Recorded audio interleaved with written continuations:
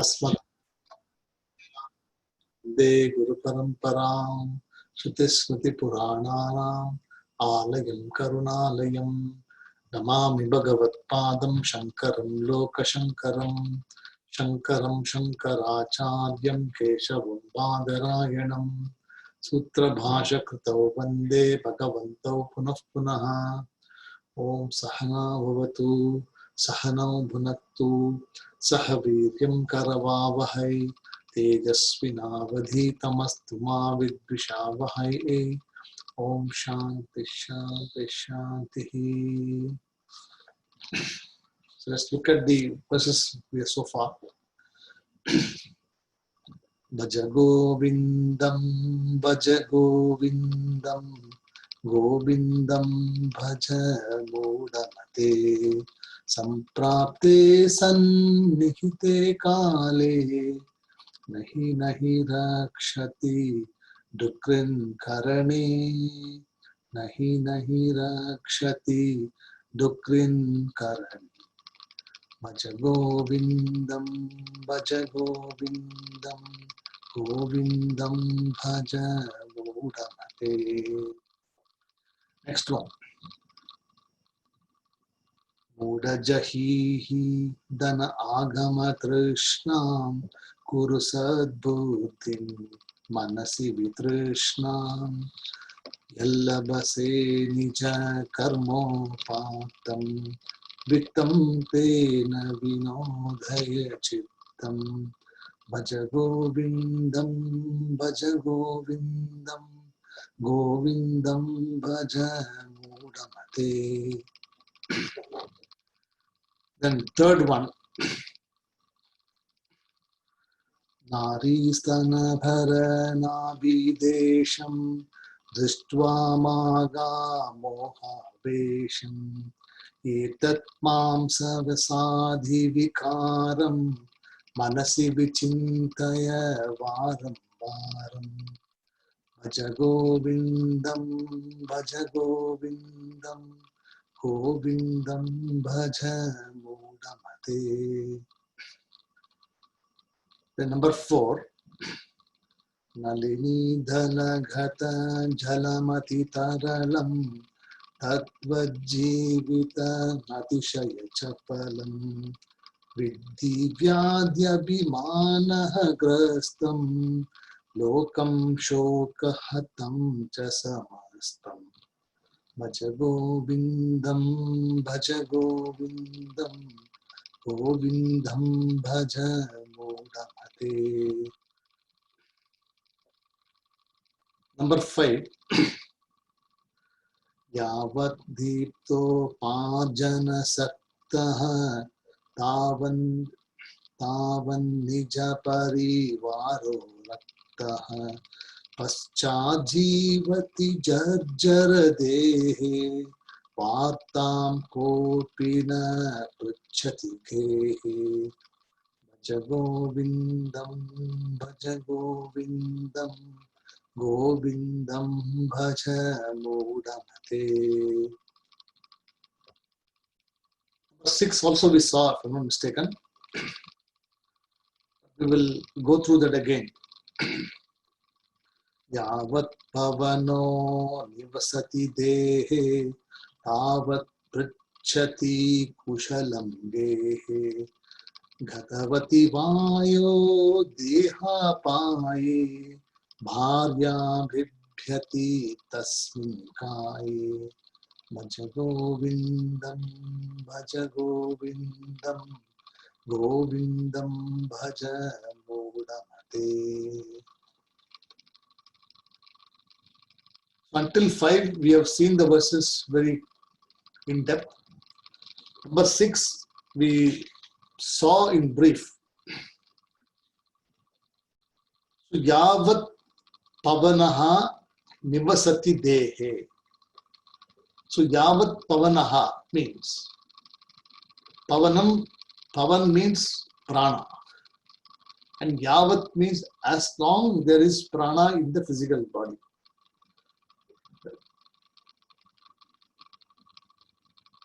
Tavat pruchati kushalam gehe. So as long as there is prana you have in physical body, till such time somebody will come and inquire about you. So they will say, how are you? Are you feeling okay? Because they see you are alive in some form. You may be useful, you may not be useful, it doesn't matter. But the hard reality is, till the prana leaves the physical body, the person is supposed to be alive. In fact, in the Prashna Upanishad, there's a very interesting article on how this ahankara plays, a big part in everything. So in the Prashna Upanishad,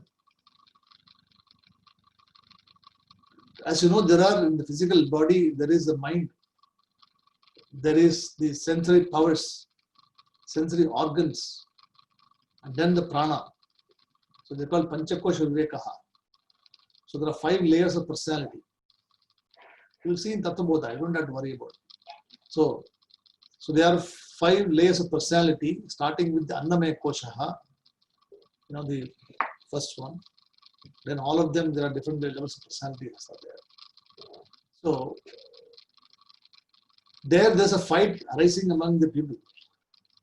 So the sensory powers say that I am the most powerful person, because if I am not able to see anything, the person is actually not productive at all. If I am not able to feel a touch, it means the person is actually not receptive to anything, he cannot do anything. So the person who tasting, he says, the taste says, if whatever food you offer, if you cannot taste it, you cannot digest it, then there is really no point in having anything at all. So I am also equally important. So likewise, every sensory powers are arguing. Then the mind also comes there. The mind says, all of you are useless people. You know that without me being there, you cannot perform any activities. Then the prana comes into there. Then the prana says that you are all useless. I am the one which is the most important. So they all fight among each other, clamoring for popularity. So the prana is fighting very hard to keep running in the body. The mind is fighting very hard to keep it alive in the body. The sensory powers are fighting very hard to make it function. So everybody, if you look at the physical body, everything is actually competing with each other. Sometimes our sensory powers fail. Sometimes our mind not able to is not receptive to things.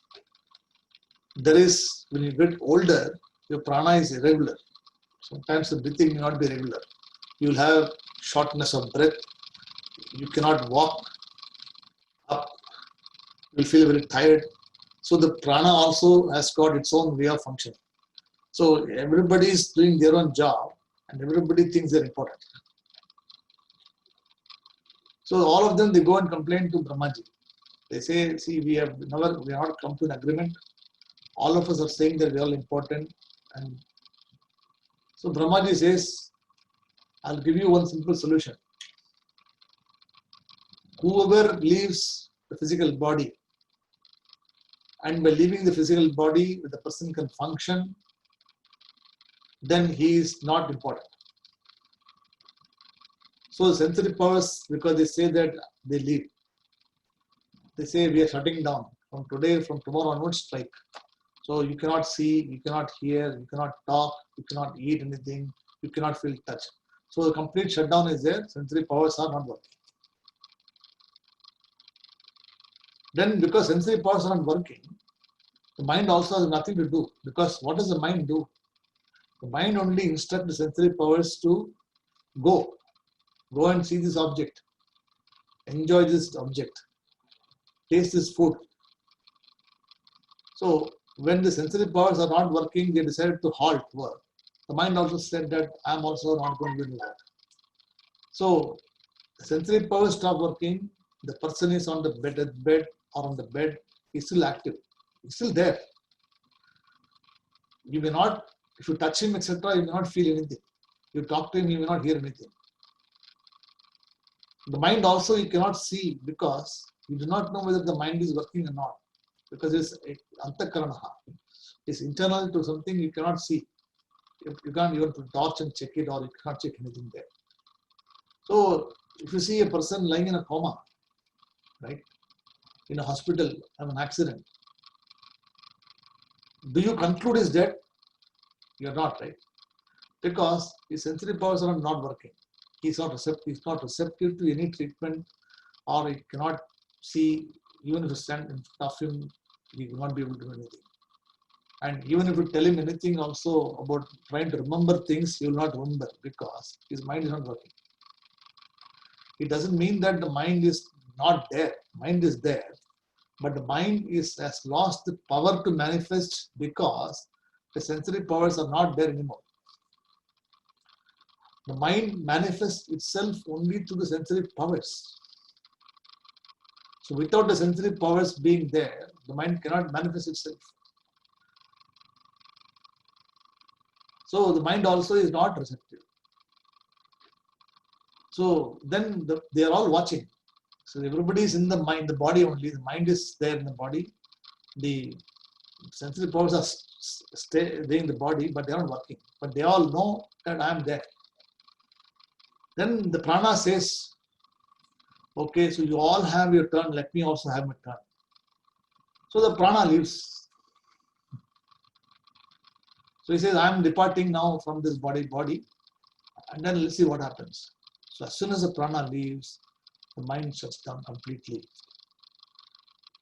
Because the mind is shutting down, the sensory organs, sensory power shut down, sensory organs, the person is dead, correct? So then they understand, oh, we're sorry, we made a mistake. We understand how prana is important to you. That without the prana, the person is actually pronounced dead. Because as soon as the prana leaves the physical body, all this, everything is shut down, automatic shutdown. There is no need to discuss anything. So when you say the lifeline support is removed, it means what? The person cannot breathe anymore. The prana is not there anymore.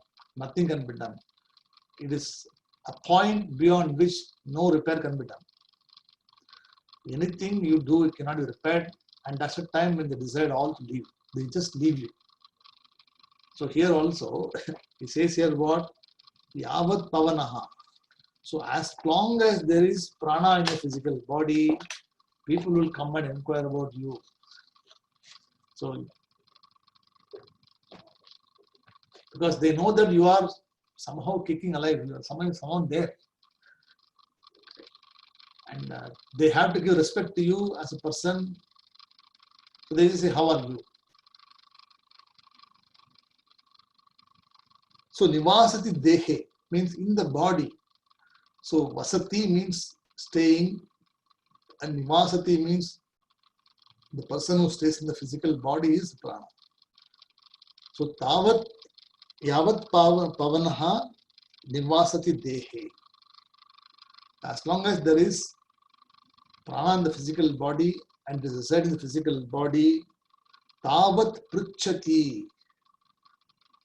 So till such time, pruchati means ask. So they will ask you, how are you? Are you keeping well? Is everything okay? They don't ask you, are you breathing or not? They will never come and ask, are you breathing or not? They will just say, how are you? That's why he says what kushalam gehe. So kushalam means they inquire about your well-being. So they inquire about you and your well-being. And these are all only till you have the prana in the physical body. After that, whether they come and go, you do not even know about it. It doesn't matter. Because you are not there in terms of understanding what it is. So all these things are happening only till you are alive in some form or the other, and useful to them in some form or the other. See, sometimes your prana also may be there, but it is of no use to them. What is the point of talking to you when you don't give anything? Correct? So you should be of use to society, use to your husband, your wife, your children, or to whoever it is, stakeholders are there. So stakeholder management is very important. So as long as you manage them and then you keep them informed and there's something in for everybody, they are very happy about it. But the moment the stakeholders are not there, or there's nothing at stake for them, they just disappear. So the same thing, in study management, in project management also. What do? Very important to keep the stakeholders happy. Whether the project runs or not doesn't matter. Because the stakeholder anytime can pull the plug. They will just say, you just disappear. Or I'm just forgetting you. So when they forget you, means what? You are actually condemned to some place. Nobody is going to come and ask you Kushalam Dehe. But here he says here, as long as this prana, the physical body, they will come and ask you as a formality, everything is okay or not, you're okay, and they will just go on their job. They are there to inquire only about as a formality. They may not be interested actually in talking to you or really spending time with you and taking care of you. Correct. This is the hard fact of life. See, Bhaja Govindam, one of the texts where the life is very, very presented very badly. It's the hard, facts of life is presented, which no other text talks like this. There's no other text in the entire Vedantic structure talks in this manner. This is the only text, and that is why it is not to be chanted. It's not a prayer to be sung like a song. It is a contemplation. It is actually an awakening. See, traditionally it is being sung as a song, and it is being popularized by M.S. Subbulakshmi and a few others who sung there. But this is a Vedantic treatise. It's a Vedantic, so one of the Prasthana Trayam or the Prakarana Grantaha, we'll say. So it teaches the essence of what it is, what this life is all about, what you must do and what you must not do, and how you must not waste time. Because nahi nahi rakshati dukran karane, samprapte sannihite kale.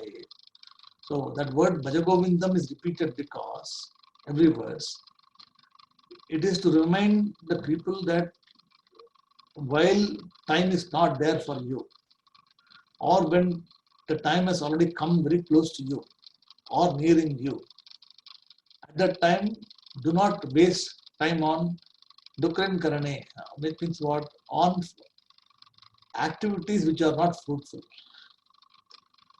Those activities which are not useful to discovering who you are or discovering the very purpose of existence of your own life, these are no use. Because anything which you acquire till you are 65, 70, 80, or whatever time you are acquiring, it is going to be your use only for that particular time only. You cannot take anything from the physical world excepting at the time of death. Only Jnanam will be there with you. Because that is something nobody can take from you. Everything else, you will have to leave and go. Whether you like it or not, you have no choice about it. But if you have the knowledge, it is something internal to you. It doesn't get old. It doesn't get tainted. Because it is something which is not degradable. Whereas property can degrade, physical body can degrade, husband can get older, wife can get older, children can get, they go and go away. So all the happiness which you have been placing on everything else is only for your own happiness, not for others' happiness. I sent you one text last week, in WhatsApp about from the Upanishad. Chandaka Upanishad. What it says here, if you are seeking, happiness in a husband, it is not for the husband, it is only for you. This is the hard fact. Because you want to be happy, you want to be secure, you want to be protected, you want to be taken care of, you do not want to be in a situation of being alone. Thereby, you are respecting or you're seeking happiness in another person. Same way, Putra also. Same way, all of the relatives, etc., whatever you are seeking about, everything, your happiness is hinging not on only for yourself, because you want to be happy. It is not that, if he is happy, I am happy. That is all good in theory, correct? But in reality, if he is happy or unhappy, would you be also happy and unhappy? You want to be your own self, right? It doesn't matter whether he's happy or unhappy. You want to be happy all the time. That is what is the ultimate choice. That is what everybody is seeking for. So for that, he says that this is what will not be there with you at the time of death. If you are hinging on supporting everything else, then this is not there for you. So, Kushalam Gehe. So, Yavat Pavanaha Nimasati Dehe Dhavat Pruchati Kushalam Gehe. So, at home, people ask. Then, Gatavati Vayoho. So, Gata means going. And Gatavati Vayoho. So, when the prana leaves the physical body, then the physical body becomes inert. Inert means it doesn't have anything to do. It's a jadam. It's jadaha. It is as though like any tree or anything which has got nothing there. So it becomes inert. So Gatavati Vayoho. So the Vayu means prana leaves the physical body. The body becomes inert. It is of no use. So, the amount of time we spend on protecting the body, taking care of the body, it's important to take care of the body. I'm not saying that you must not neglect the physical body. Physical body is important, but you must do only those which is required for you to support your pursuit of knowledge. Anything else which you are doing is actually all making an extra effort you're putting on to make it better. That's all it is. It is not going to help you that much. Then what happens? See, when the physical body, when the prana leaves physical body, Gatavati Vayoho Bharyaha. So here the word Bharya means wife. So we must not say Bharya means only the wife is the weakest person. No. In fact, women are the strongest person. Mentally and emotionally, they are very strong than men. But the example here given because generally in the olden days, the women were taken care of by the men. They never had a world outside of their own.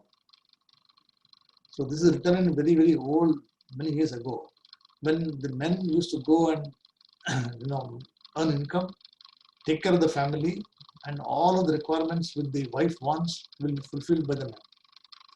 So the wife's world was not outside of anything. She doesn't know anything outside of the husband. Right? So, Pati Devata. So the husband is supposed to be the Bhagavan, husband is the children are supposed to be the one, house is supposed to be the temple where the woman was living. That's the way it's written there. So in those days, when such a person leaves the house, then at that time the wife does not know what to do, because even today also when we have everything also, sometimes we don't know what to do, because completely we are stopped for the moment. We do not know what to do.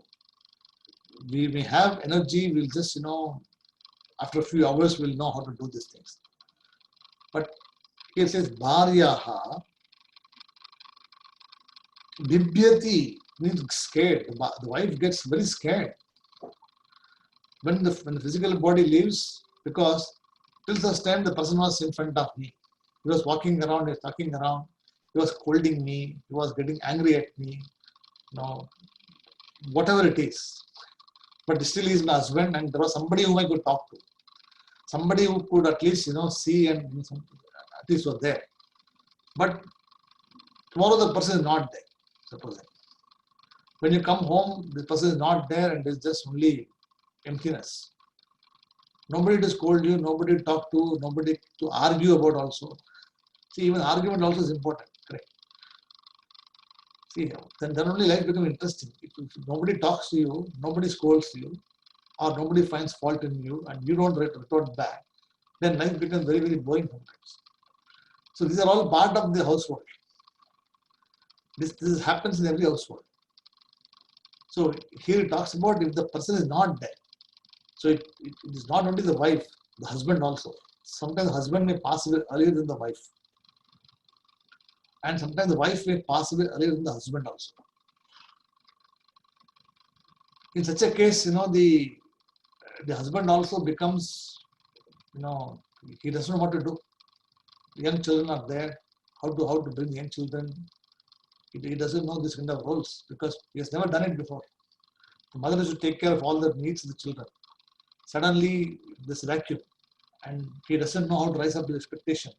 Work pressure is there, and the personality of the man is different compared to the women. Women are more accommodative, they're more supportive to the children, they sacrifice more. Men are different personality-wise.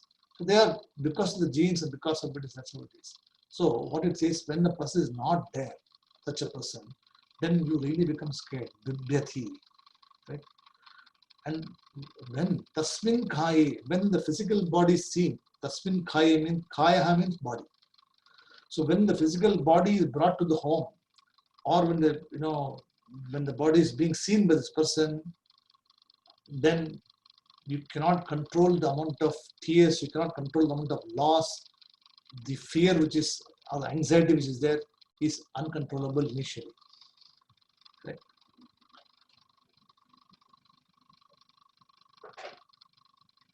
So this is what it states, the state of the body. So what it brings out here is that after all, this is what it is. So for such a thing which is going to be of no use, and for such a thing when it is going to always go, why are you paying so much attention? Why are you getting so much attached to this particular form?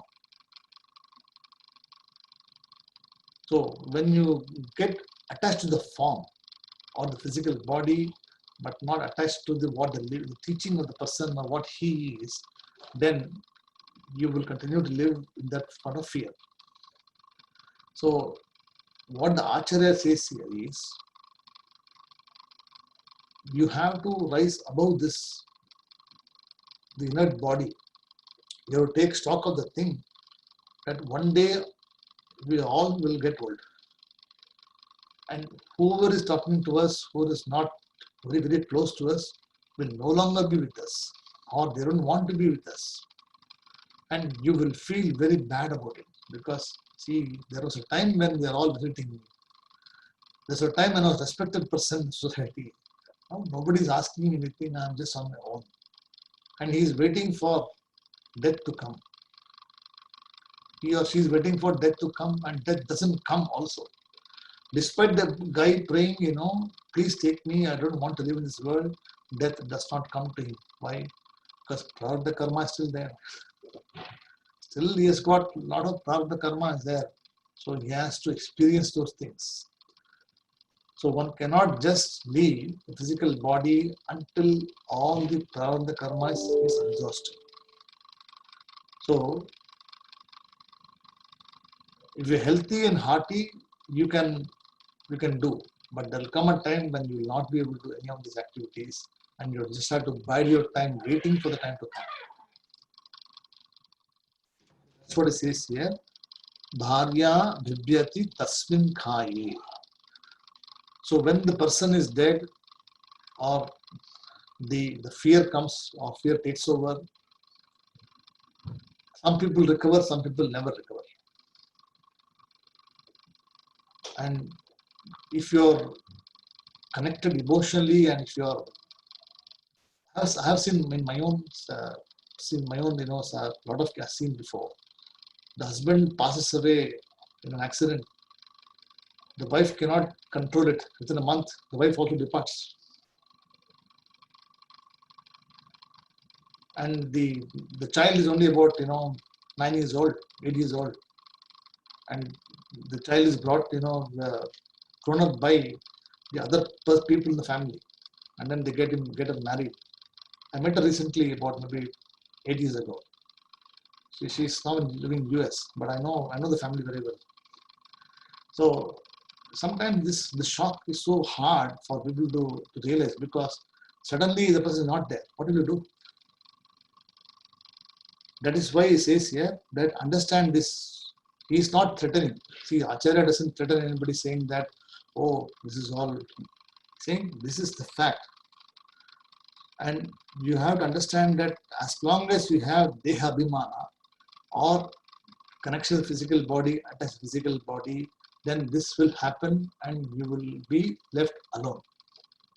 And you will feel the loneliness. I talked to you about Sanataha, Anataha, and Nataha, correct? Hope you remember the lecture, right?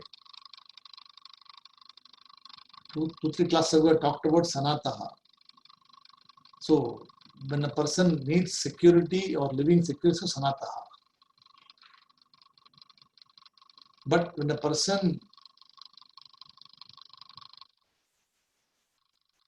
feels that he is actually not secure, or has been living with somebody or with the company of all these people,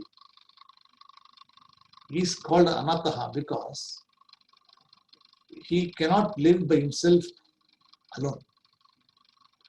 He or she needs somebody to support him all the time. So husband should be there, children should be there, all friends should be there, network should be there, society should be there. So he or she is living in that context for many years, and the person cannot visualize life without this kind of a connection. So it's called Anataha. So you have a choice from being Sanataha, from being secured in life, to becoming Anata in life. What is Anataha? Tasmin Khaye. So when the physical body leaves, or when you're about to die, you become Anata. Because there's nobody in your life who's there. You want company, but you cannot have company. You want to be, respected, you cannot get respect. You want to prove something, you cannot have the capacity to do that. So you are in such a situation where you are not able to influence anything. It's called Anataha.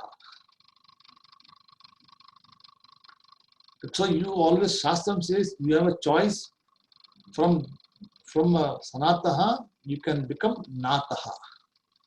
So what is Nataha? Nataha means the Lord, or the person who does not need support. The person who is on his own and enjoys his company just by being himself. It does not mean that he does not talk to his wife, he does not, respect children, he does not do his duties to children, etc. No. What he says here, he understands very clearly, he or she understands very clearly what is my dharma, what is my duty, what is my pursuit. So Purushartha Nishchaya is very, very clear. And the person continues to operate in this manner, just as the water from the sky, which is falling on the lotus leaf, does not stay for a very long time. So you must be like that, where you do your duty, you just be subjective about it, but you do not get all emotionally connected with anything. Very difficult to implement it. I can say it, but to implement it, or you should have had a lot of sadhana in this. You have to practice, you have to keep on doing this. That's why teaching is important. If you read once or twice, you're not going to register. So many years of study, and mananam and nidhyasana will make a person get it straight into the head. So Bhajagovindam should be remembered to you straight like that. You do not need to refer a book. Oh, this is what it talks about. Such is this. And repeated study will help you this. So that's the meaning of that verse. Where you are not you are not the body, you are not the prana, you are not the mind, you are not any of this. If you do not know this, and if your attachment with the physical body or any of them, your suffering is going to be major. That's why Shastra study is important.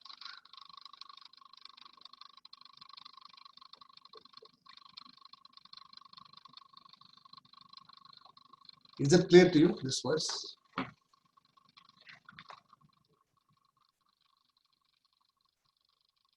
Like Adi Shankara, sometimes he talks very, very hard language. This is probably the only text I have seen him so terse. No other text is talks like this. I have never seen any text in the last 12 years I've been studying. No, not a single text like this. This is probably, and all the acharyas, all of them, they like this text because it is something which is direct. It doesn't give political reason. It doesn't give you any chance to think about it. It says just do. Bhaja Govindam, Govindam Bhaja Mudamati. Hey, dull-beated people, don't do anything else or just focus on Bhaja Govindam. Understand who is the Lord is, Govindaha. And pray to the Govindaha, understand what Govinda is, then you'll be free. That's what is this. Then, next one, we'll look at it. See, Balas Tavata Krida Saktaha. So, Balas Tavat Krida Saktaha. Then, Tarunas Tavat Taruni Saktaha. Okay, this is the first line. So, Balaha means what? Child. Right? So, Balas Tavat means when you are a child. Balaha means child. Then, what do you do when you're a child? Krida Saktaha. Krida means you play games or you play. See, children are supposed to play. They are not supposed to be, studying Vedanta or Shastram or anything like this at that age. You have to be children, because that is the nature. And that is how they grow, by playing, that's how they grow. So, Balastavat Krida Saktaha. So, you spend time playing with your friends and everybody else. Then, from the Balaha, you become a Tarunaha or Taruni. So, Taruni or Taruna, youth or a Yuvati. Yuva, Yuvati, you can say. So, either a young woman or a man, you become a young youth also can say. So, Tarunas Tavat Taruni Saktaha. Right. So, when you are a youth and an adult, what do? Taruni Saktaha. So, you spend the time with a woman or your wife. So, when you are a child, you do not have these thoughts. So, the child or the status in our Shastram, we have got 100 years. See, a person who does live properly according to Shastram, he can live for 100 years guaranteed. But you must be a person of disciplined life. You cannot just do whatever you want. You got to be very particular about your life, about discipline, managing your work, studying, and all these things are required. You have to be fit and healthy diet, healthy mind, everything is required.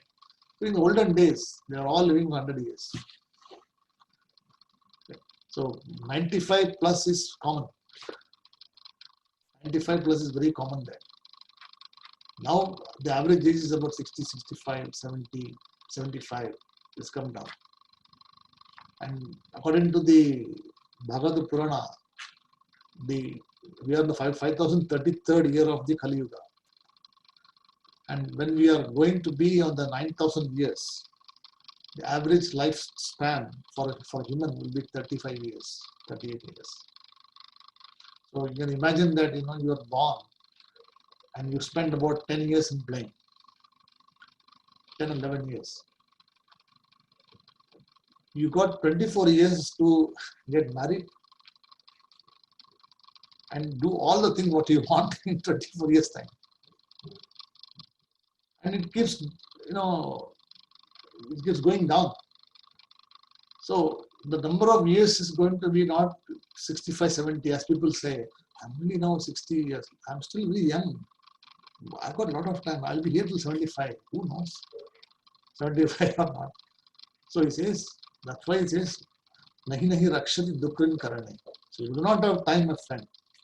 So do not wait for the time. Do not wait for something else. When you got time, you do. Do not wait for anything else. Because next janma will not be the same as what we are thinking about it. So this particular balyaha, balyas tavat kridha asaktaha, talks about the status of called brahmacharya. So we have 4 ashramas. So we call 4 ashramas, which is called brahmacharyam, grahasthashrama, vanaprastaha, and sannyasashrama. So 4. So every ashrama is 25 years of age. So when you are 25, from when you are about 7 years of age or 8 years of age, 7 or 9 or 11. If you are a Brahmana, they actually do Upanayana for you when you are 7 years of age. 7, 9 or 11. Beyond 11, you must not do Upanayana because it is of no use. After 11, you should not do Upanayana. It is of no use at all. No. Then people do only when they get married. Because for doing the karma, for Agni karma, or even getting married to the woman you want, you should have the right eligibility is required. So when some people get married at 35 years of age, they do Upanayana at that age. And it is only a formality. Because without that, you cannot, like a license. So without that license, you cannot drive the car. Same way, without that wearing the Upanayana, you cannot even go near the woman also. The Vadhyar won't even come let you. Say, no, you first do this. But these are no use. Because all the Brahma Tejas which is there, which you're gaining is actually by doing Gayatri, etc., Japam, etc., which is the young age. So 7, 9, 11, the boy goes to Gurukula.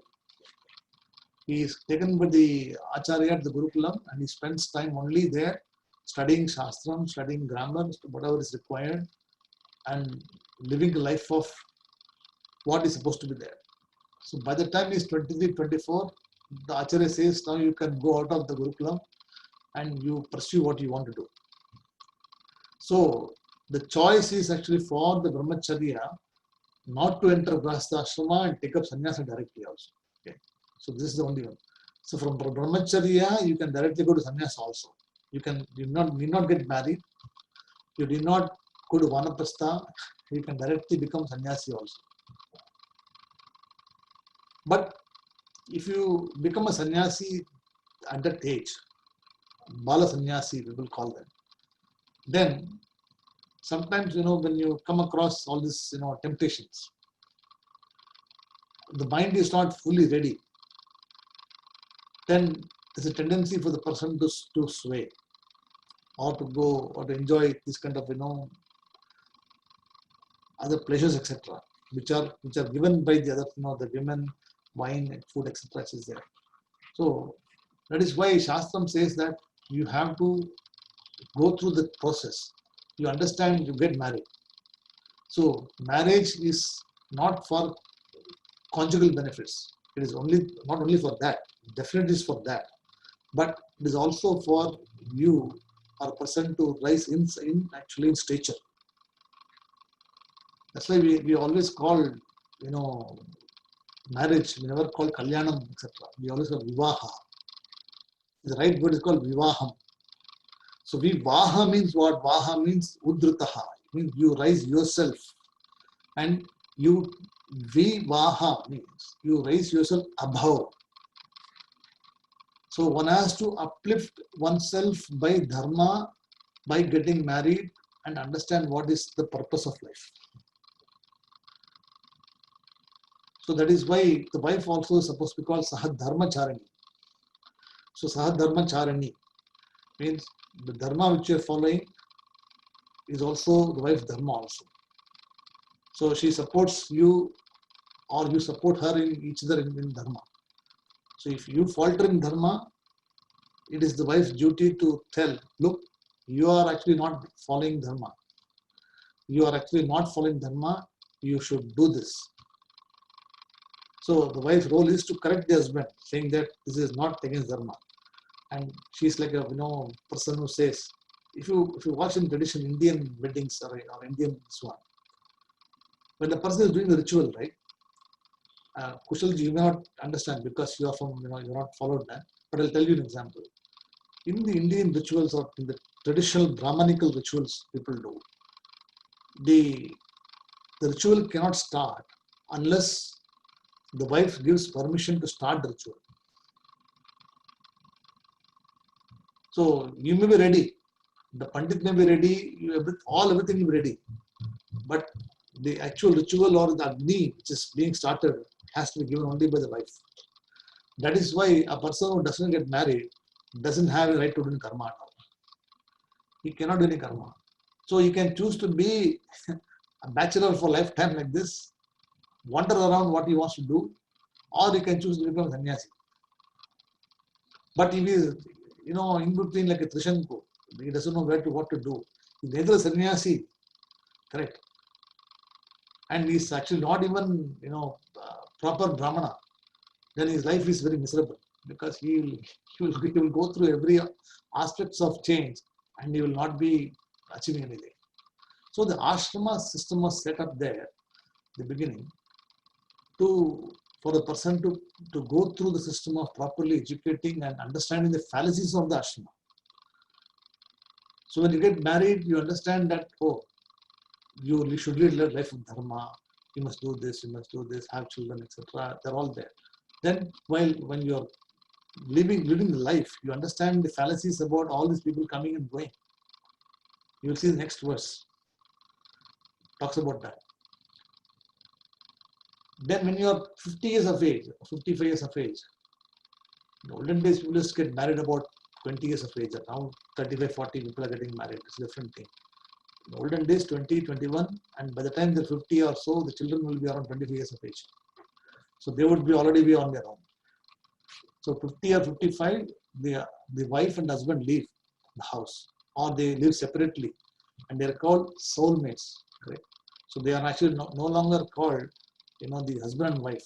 They are actually living there as only friends. And the role of the friend is to support each other and then achieve moksham or pursue the pursuit. So it's called vanaprastaha. So vanaprastaha means you have to go to the forest.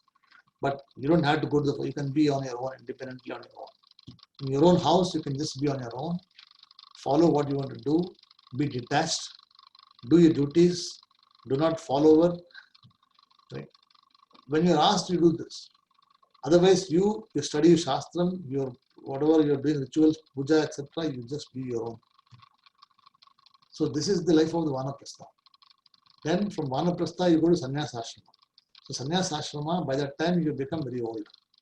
Or you would have realized that I have enjoyed everything. I have enjoyed Balyaha, I have enjoyed Tarunaha, I have enjoyed, old age. And I have actually now come to Sannyasa. So this particular mantra, this particular verse talks about that phase where Balya Avastaha Kridaha means when you're young age, you are child, you are playing or you're just experimenting things, you want to be among people. Then when you become Taruna Tavat Taruni Saktaha. So then when you become a little bit like a youth or a man, and then you seek the company of a woman or company of somebody whom you like, you want to be with somebody whom you like. So Taruni means that talks about the Grahastha-ashrama. So it talks about the Grahastha-ashrama. Then Vriddha Avastaha. So Vriddha means old age. So vriddha avastha means when you become old. That means you are supposed to be going from house to house. So from brahmacharyam, you go into grahasthashrama. Grahasthashrama, you go into vanaprastha. So vriddha avastha means the state of vriddha, the state of being old. Avasthai, when you say, that means the person actually struggles. So in Tamil we say avastha pador abdinna. It means what the person is struggling into the avastha. He doesn't know what to do. He wants to be a young man, but he cannot be a young man. He doesn't want to be an old man, but he's an old man. There are some people, when I came first to Australia, I didn't know that. Whenever I was maybe 31 or 31 when I came here. And being from India and from other countries, whenever you see an old person, say 60 years or so, you will say, Uncle so and so you should call. And I used to be scolded. Don't call me uncle, call me Mr. So and so, because they do not like to be called uncle, auntie, because even though they are auntie, they have got married, they have got grandchildren. Still, they should not want to be called by name called auntie. They want to be called by their name, or by their, because they just feel that uncle is a very old person. So why I'm telling, because this is because of the the avastha you got, that you do not want to be recognized as an old person, but you are an old person. You like it or not, you are old. That's what it is. So my son comes and tells me, Dad, you are old. Okay. So yeah, I'm not saying because they are young people, 14, 13-year-old boys, they come and tell you. And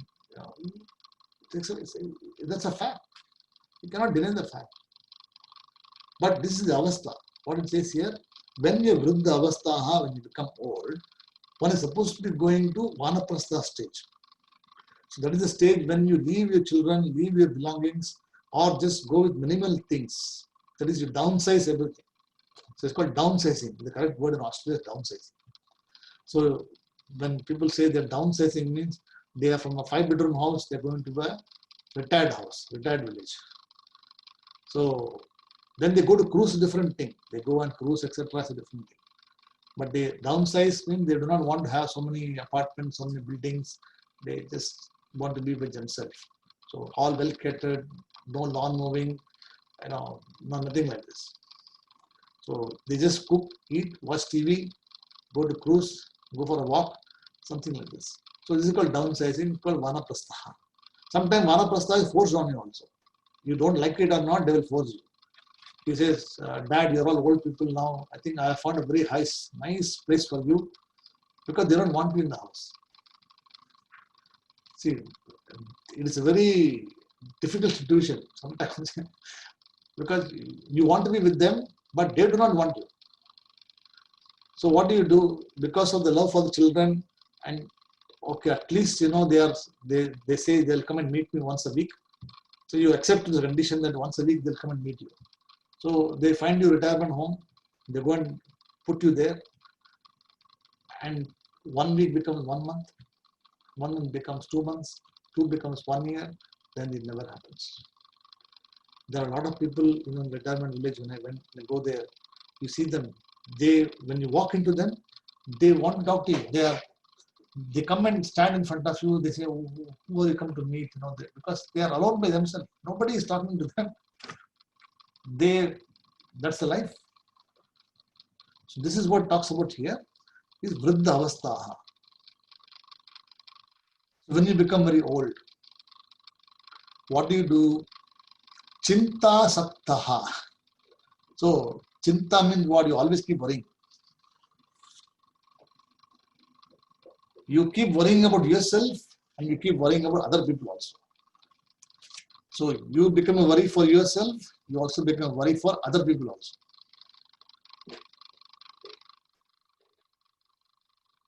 So this is the hard fact. So chinta saktaha. So you spend time worrying about others and depend on others for your happiness. You will wait. Supposing you have somebody in a old age home. and the person gets used to a visit every Sunday at 4 to 6. Then what do? You wait there from 4 o'clock. Oh, time has not come. 4:30, he has not come yet. 5 o'clock, not yet come. Then you call. He doesn't answer the phone. 6 o'clock, time is over. You cannot visit anymore. Because after 6 o'clock, you cannot visit. So what do? You get depressed. And you go to sleep that day feeling that nobody has come to see me. I'm alone. Next day, wait. So this is what called chinta saktaha. So you keep worrying about something which is not in your control, and you're helpless, you're choiceless, you don't know anything you can do.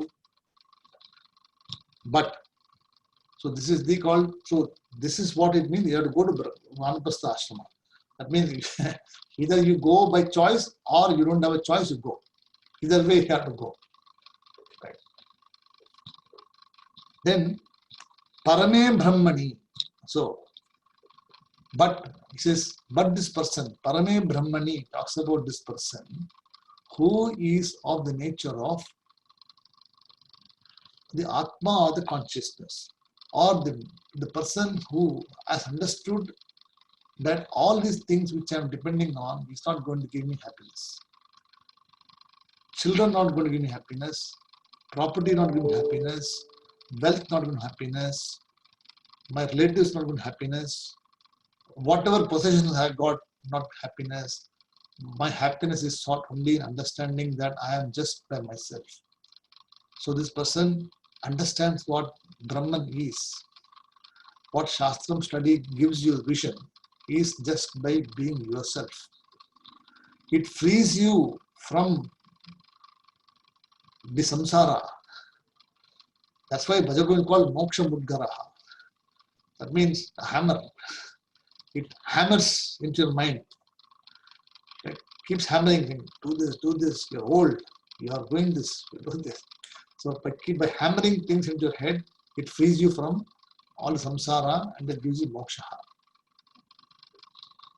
So Parame Brahmani is the person who is always engrossed in the Parabrahma, and he never gets lost, and he does not waste time talking about other things or worrying about other things. See, he doesn't have any chinta. He doesn't have. And even if he gets old, he understands, see, I am old anyway. The body is old. I am not old. When I talk about who is old, he says, from which standpoint you're talking. Right? So if you're talking from the standpoint of the upadhi, the physical body, yes, I am old. But if you're talking from the absolute standpoint of me being the consciousness of the Atma, I am not old at all. I'm always young because I was never born. So when I'm not born, then I do not undergo any change. If I don't undergo any change, that means I do not have death. So where is the question of me worrying?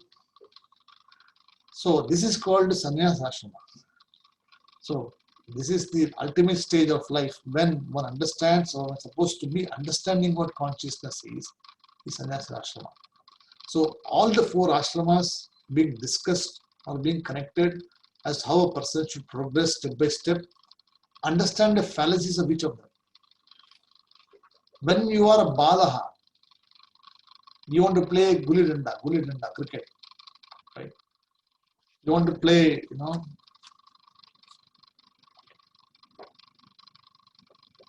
want to play cricket, or you want to play all this, you used to play gulli danda. You know what is this? Gulli danda means. So you used to play that. So there are different types of things. Some will be sharp, some, different types of things will be there. And it depends upon how it's shaped. It can go up to 1 feet high. So there are different techniques are there. So you used to enjoy that. But when you're Tarunaha, you do not carry gulli danda in your pocket and say that I want to play this, because you are going out of it. Even if somebody comes and tells you to play, you do not want to play, because who plays this? Because you have grown out of it naturally. Nobody told you to stop it, correct? You just left it because you are no longer interested. Then after some time, when you're young, you go to movies, you go to sing, things, etc. That also get very bored. You leave that also. You pick up something else. You go to cruise. You start traveling internationally. That also will get bored after some time. Then what do? So all these things which are there, they are done at a particular stage of time, they leave you. It is improper for a person, impractical for a person to think about what I was and I want to be like this. If you are a 64-year-old person today, he wants to play gulli danda or play with balloon, he will look stupid, right? So one has to do a particular activity relevant to the particular age and maturity of the person. That's what he talks about here. He says all these things are age-wise and they're all depicting a particular span of your life. And one has to keep moving along, dropping things, acquiring new skills, dropping them, finally coming to sannyasa and becoming Parabrahma. Parabrahmani. Okay. So Balavastavat Krida Saktaha, Tarunastavat Taruni Saktaha, Vrdhavasta Chinta Saktaha. So Saktaha means you become or you worry. You start worrying about this. You become endowed with that skill. Chitta Saktaha. Parame Brahmani Kopina Saktaha. So Parame Brahmani Ko Apina Saktaha means when you become engrossed in that particular thing, then you do not worry about anything. So na Saktaha means what? Asaktaha. Means you do not become that. You do not worry about being old. You do not worry about any ashramas. You do not worry about anything respecting or not respecting you. You are just by yourself. But to get to this level, it is very difficult. It is practically impossible unless you follow the life of Karma Yoga. Unless you follow Karma Yoga, you will never be able to get to this. You may read text, you may understand text, you may do whatever you want. You can practice pranic healing, you can practice meditation, you can practice upasana, you can do pujas, you can do this, you can that. But unless your life is governed by Karma Yoga and you understand what moksha is or your pursuit is moksham, till such time, all these pursuits are basic, useless. They won't give you anything other than academic interest and activities. This is the hard fact.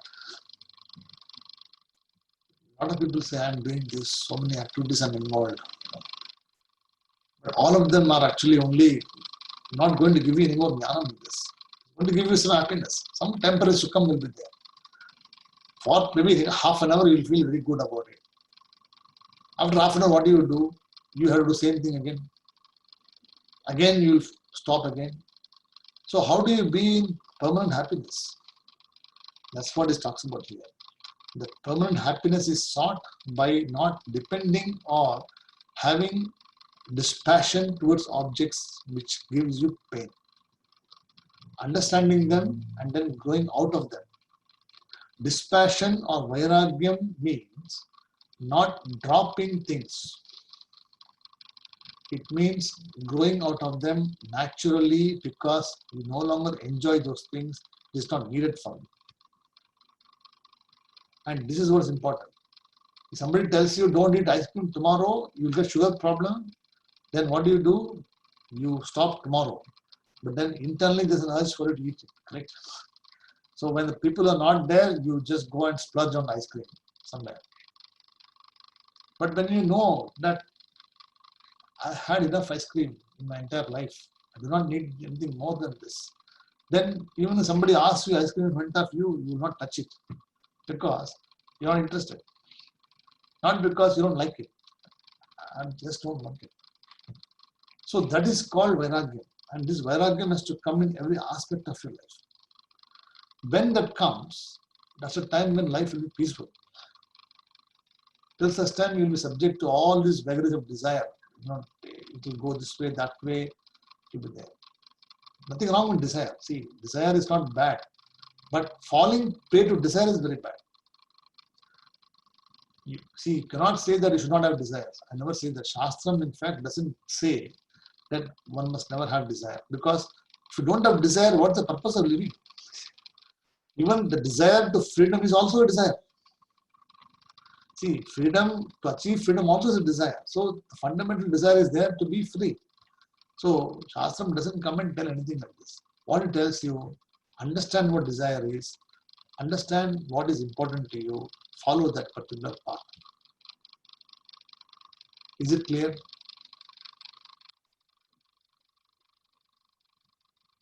Any questions from today's class? Anyone has got?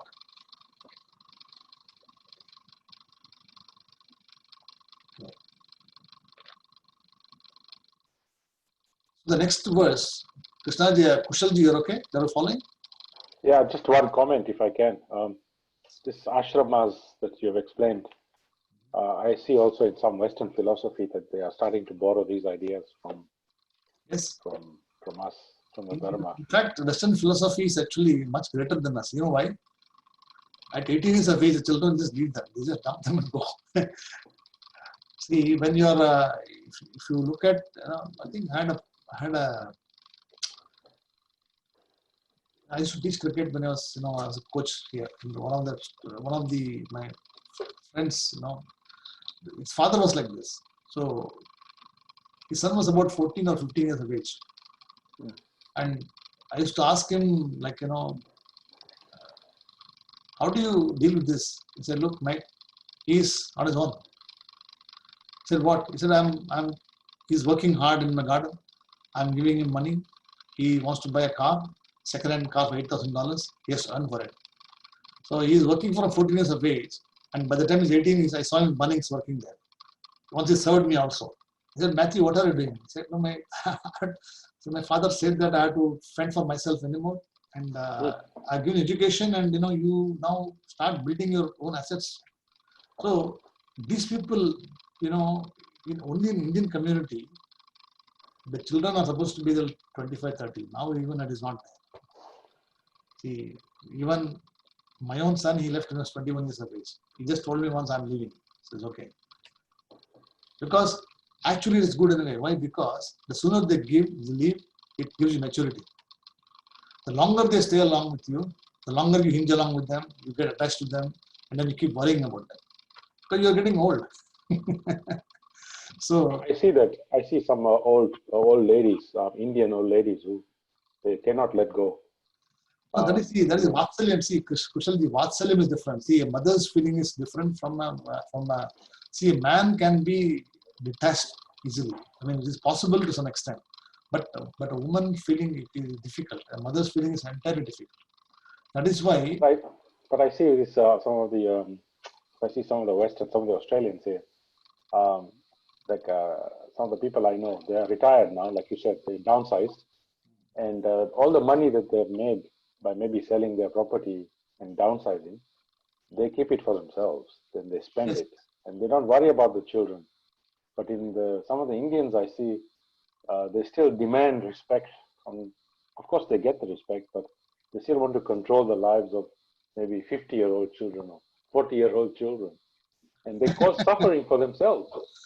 But that's all I want to say. I mean, I know that sort of. That's correct. See, that is what it says here is you have to move on to the particular lifestyle. What you want to do. Yeah. See, the lifestyle was given. See, Dhanyam Dhanam Pashum Bahuputralabam Shatam Samvatsaram Virgam Ayuhu. So Shatam Samvatsaram. And what Shataha means 100. So Dhanyam Dhanam Pashum. So Dhanyaha Pashuhu Bahu Putraha Labaha. Right? Shatam Samvatsaram Dirgamayuhu. This is how the Brahmana comes to your house, they wish you. They say that you should always be endowed with enough grain, you should be with wealth, and Dhanam, Pashu. Pashu means in the olden days cows were there. The cow is supposed to go mata, they used to give milk cow, etc. And Bahu, good wife, and Putraha. Putraha to propagate dharma. See, Putraha is not for pleasure. The putra is supposed to be for propagating your dharma, your vamsha. So that whatever you are doing, the putra will actually continue to maintain the tradition, and lineage will be there. That's why we all Simanda Putra. We have the first child is only the Simanda exam. Second one people don't. Second is for Kama Putra or Kama Putrihi. See, the first child is born for propagation of dharma. So it's called Simanda Putraha or Himanda Putrihi. For the second person is born, it is born out of desire or lust. So it is not, it's called Kama Putraha, not Simanda Putraha. Samskara is different. Dharma Shastram is a very big topic. If you start studying that, it will take a lot of time. But I give you some hints here in between as to why particular things are being done and why we are following this. So all these are important because when we follow this particular path of study, you have to crisscross among various topics. So how do you go from brahmacharyam to grahastha-ashrama? So first 25 years is brahmacharyam, 25 years is grahastha-ashrama, 50 to 75 is vanaprastha, and 75 onward boys is sannyasa-ashrama. So 100 years are given like this. So it's not exactly 50. You can be 60 also, you can go depending upon how late you start and how, so some people start early, some people start late, but it must not be too late when your eyes cannot see, ears cannot hear, you cannot walk, you cannot talk. That should not be the stage when you start studying all these things. You must study, even if you study also it is good, at least you are studying. But it is recommended to start early and finish early. Srikanji, in New Zealand, any questions? You're okay? Following? Yes, sir, I'm good. Okay. Vijayalakshmi ji, any questions you've got? I have a question actually. I know that we have to follow all this ashramas, rules and everything. I'm 60 now and not able to let go, no, because even if my son don't call, I feel very bad and then, ayo, why he didn't call? Because he's also in Australia, Sydney, Okay. and I'm in Singapore. So I feel, and I have to text him, where are you, what are you doing, all those things. One way I will think, but I don't want to disturb his life, everything. But other way, ayo, why you didn't call? That kind of lingering, no, wavering thing comes and goes. Like how to control? See, Vijayalakshmi, that you can control only by regularly, So you'll have to go through the proper study method systematically. I mean, it is something everybody goes through, but then you will come out of it. I think the question is understanding all these things and let them see. There's something called Bhagavad Gita. We teach about duties and responsibilities and attachments.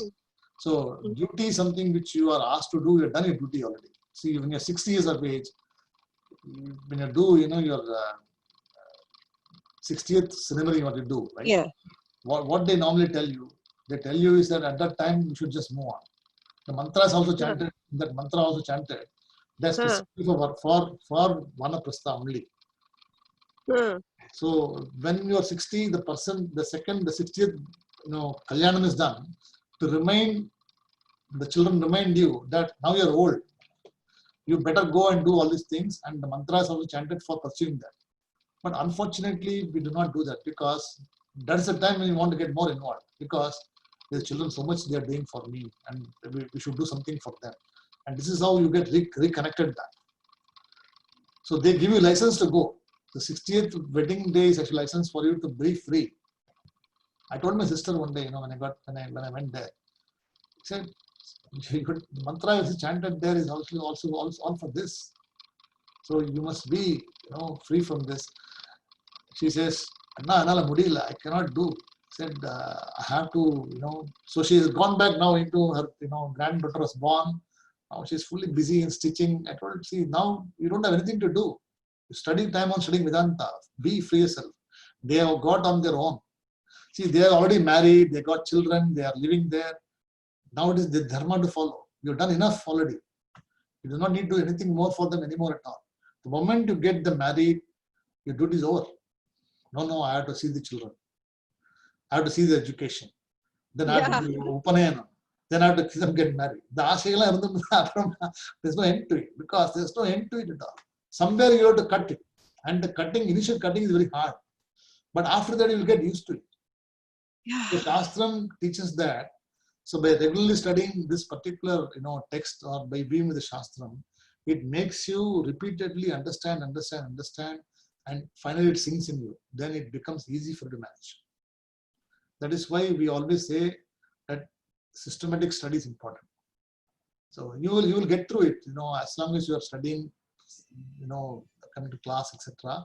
You will understand this slowly. Like Kushalji, etc. All these people, they are with me for some time now. I think maybe 9 months, 6 months now, 7 months now, something around that. So they have been studying with me for more than 7 months now, 6-7 months now, and they'll have to be there for another at least say 4-5 years till they complete everything. Unless somebody walks out, is a different thing. But it is a systematic, structured course of introducing text after text after text, hammering things into the mind so that you never forget. In your sleep also, you will not forget. When you wake up, this will come to you. When you sleep, so it will become like your blood is circulating in your body. Same thing, Vedanta will be circulating forever. You will never forget it. So that is what repetition does. So nothing to worry about, Vijayalakshmiji. You just continue what you're doing and attend class whenever you get time. If you want to know the schedule of the classes, I'll give you that. You can attend whenever you get time. And is it okay? So with this, we conclude our today's class. The recording for this also is available on the YouTube channel, which I'll post it to you. I'll add you to the class group with Vijayalakshmiji, and then so that you get the notification about any class changes or anything new which I'm adding. Om Purnamadah Purnamidham Purnat Purnamudachyate Purnasya Purnamadhaya Purnamevavasishyate. Om Shanti Shanti Shanti. Harihi Om Tat Sat. Shri Gurubhyo Namaha. Harihi Om. Namaste and Shubhratri to all of you, and we will see you next class. Hari Om. Thank you, sir. Hari Om.